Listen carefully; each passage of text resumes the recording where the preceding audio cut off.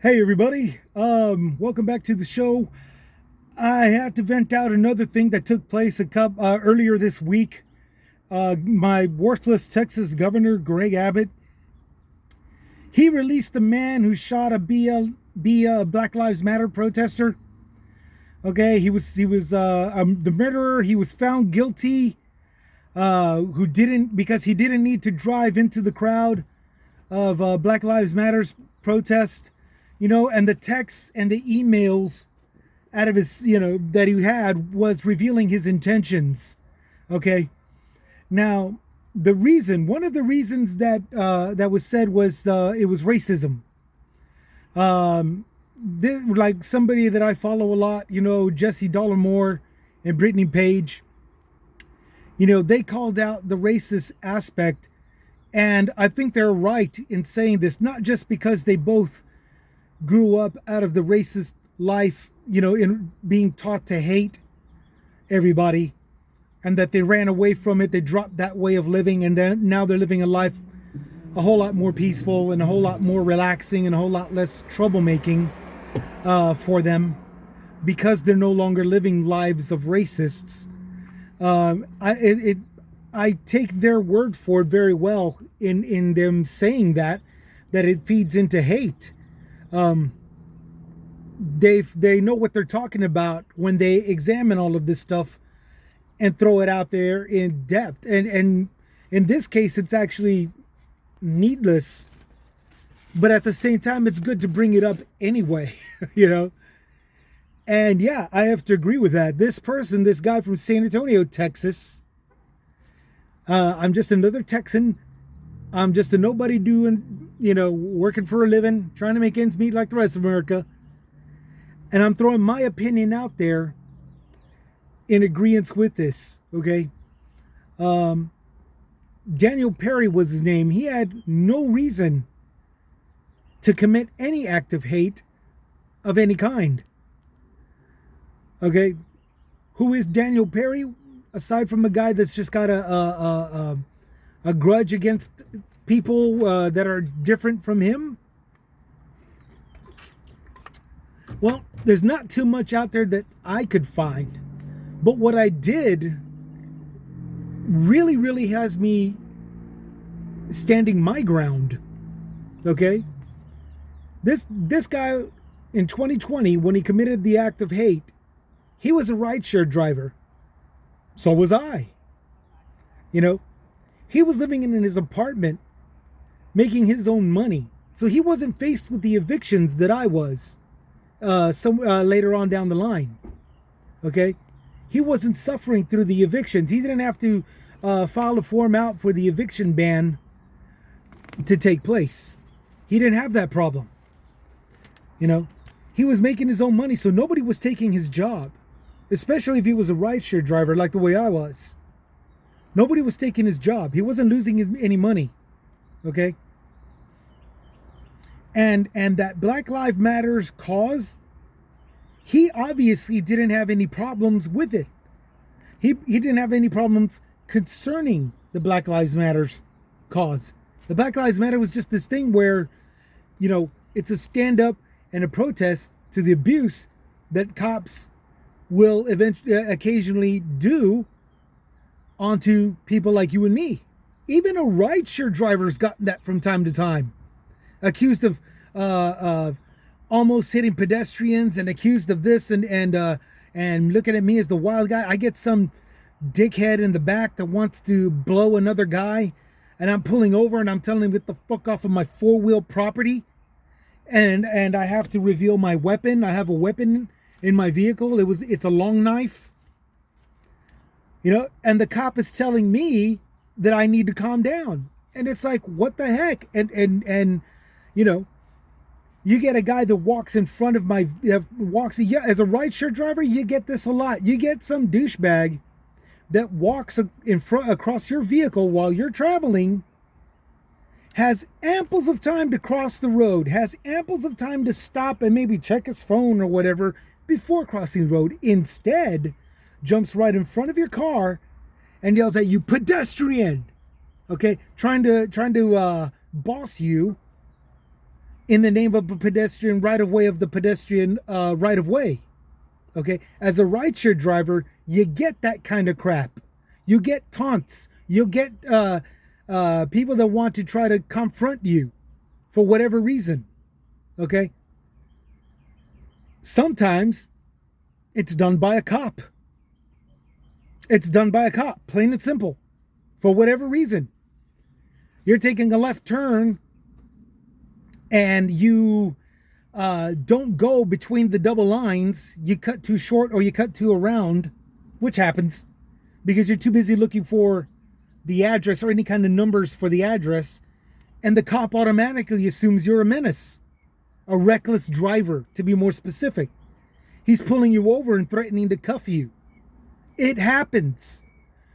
This guy, Daniel Perry, who's going against the Black Lives Matters, who are talking about a whole lot more serious level, more than just simply stop and frisk, problems that the cops give people. This guy, Daniel Perry, he obviously hadn't experienced anything like this yet. I know, because I'm a rideshare driver, and even I've had that. I've had people, I've had cops pull over and see if I was about to, if I was trafficking something, I've had a cop pull over while I'm waiting for the customer who's taking his sweet ass time coming down to the building and into my vehicle. A cop pull over and ready to cite me, if not arrest me. He goes through my shit. He checks all my stuff and everything. Now, again, I carry a long knife, but it's legal in this day and age. As of September 16th, 2016, I think, you're legally to carry a blade of any size that you want, which means I could walk around with a samurai sword. I don't do that because how am I supposed to defend myself from some attack? Hold on just a minute while trying to pull out my sword. Your ass is grass soon. That doesn't make any sense. But I do carry a pocket for up close encounters. Some people coming up too close for me to reach for my long knife. And I do carry a long knife. I also have a flashlight for any, when the sun hasn't come up yet or when the sun's already down. And I was doing rideshare. These days I'm a delivery driver. But when I'm doing deliveries where the sun isn't out yet, I need to see the number of the houses.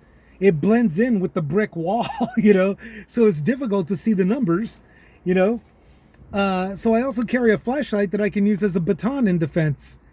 But yeah, I mean, it happens. You get stopped, you get frisked, you get checked. And if you're not careful, if you say something like, what the hell's going on? You'll get cuffed. You might even get the billy club up upside your head. This guy, Daniel Perry, hasn't gone through anything like this.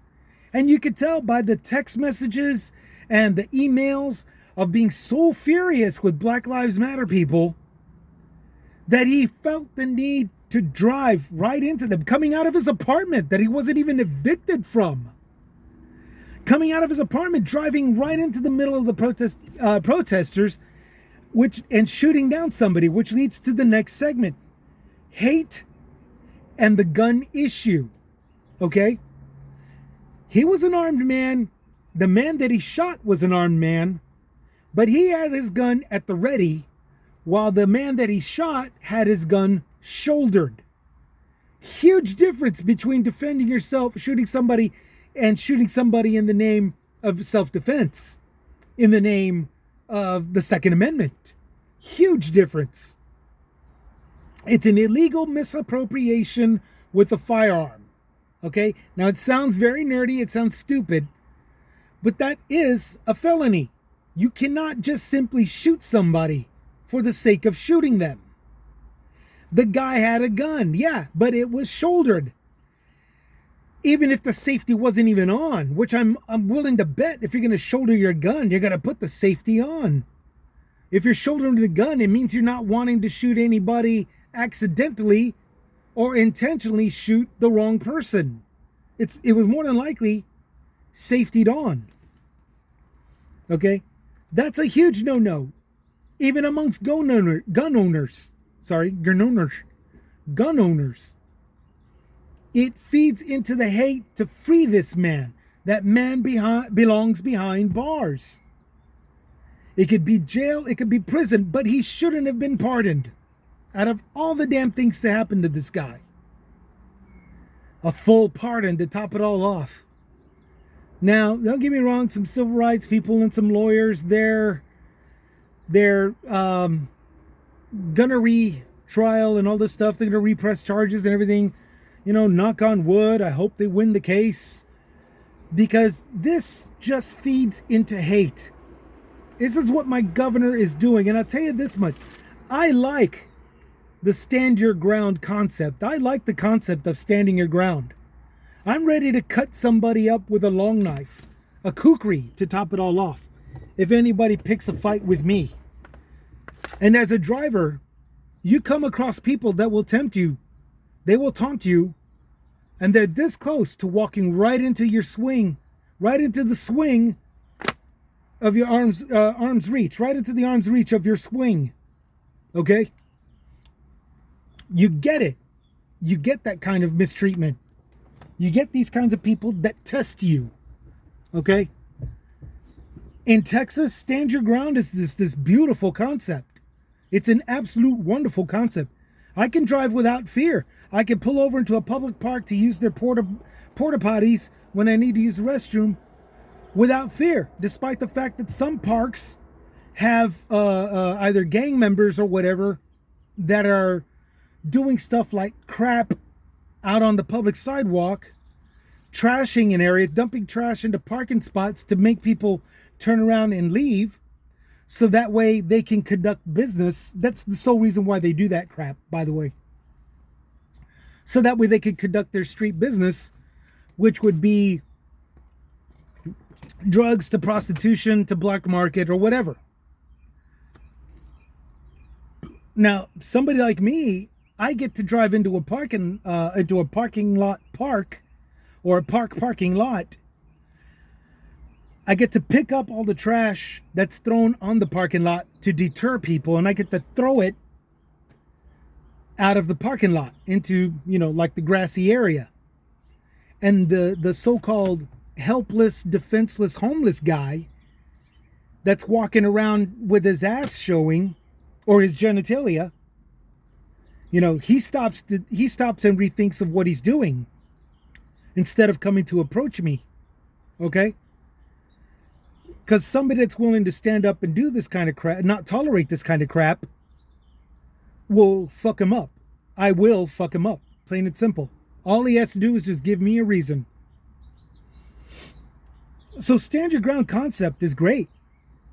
Here in Texas, as a person that has to stand up to that has to stand up to guys wanting to jack off in my four-wheeled property. Okay?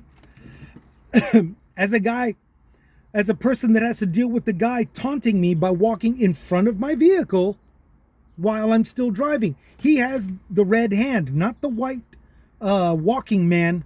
So he's not supposed to be crossing in front of you. Plain and simple.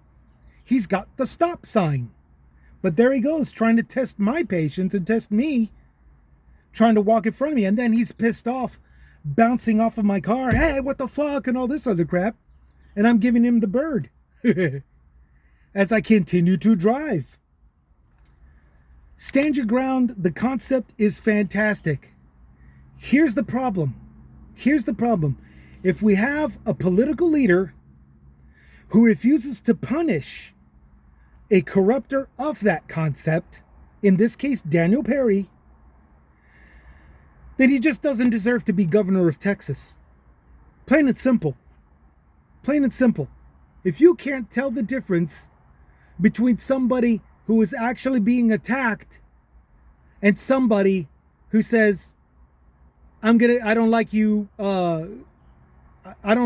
trying to stop me from driving in the middle of a rally and running over somebody, bang, you can't see the difference between that. You don't deserve to be the leader of the greatest state, the Lone Star State, out of all 50 states, out of the best country of the entire world.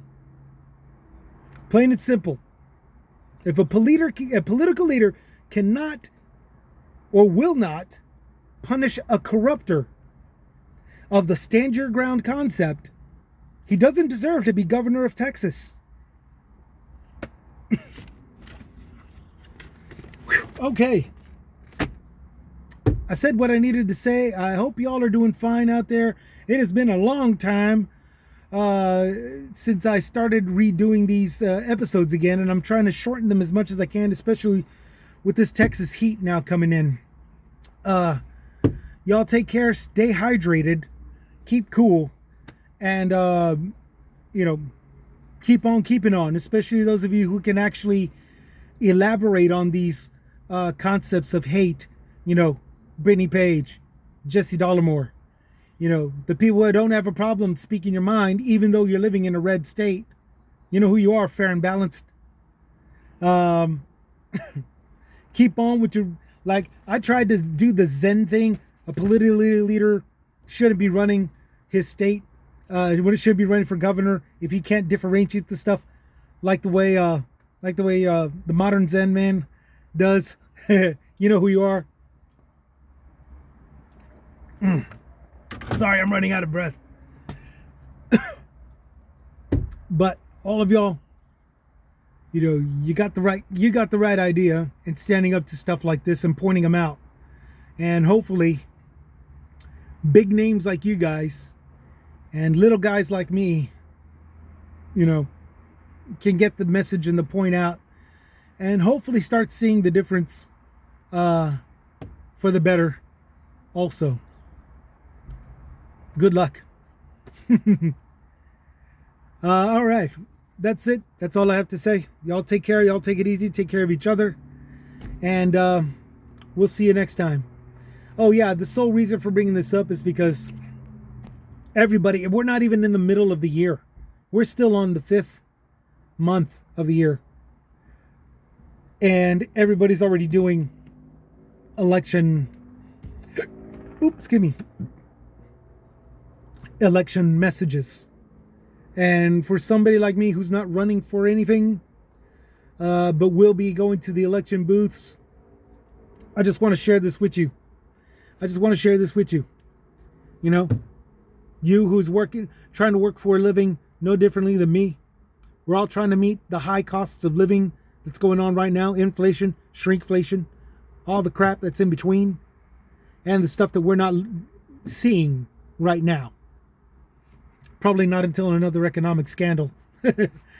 But this is just one guy like you. I'm just another guy like you, just trying to make ends meet. I'm on my lunch break, and I'm saying what I got to say concerning this subject, concerning the politics, concerning the elections, and sharing with you my opinion, and hope to be hearing all of y'all's. Okay, you all have a voice. Use it. Don't just listen to rhetoric. Speak your mind. Okay? Alrighty. This is Chris with Chris's Comments, signing out.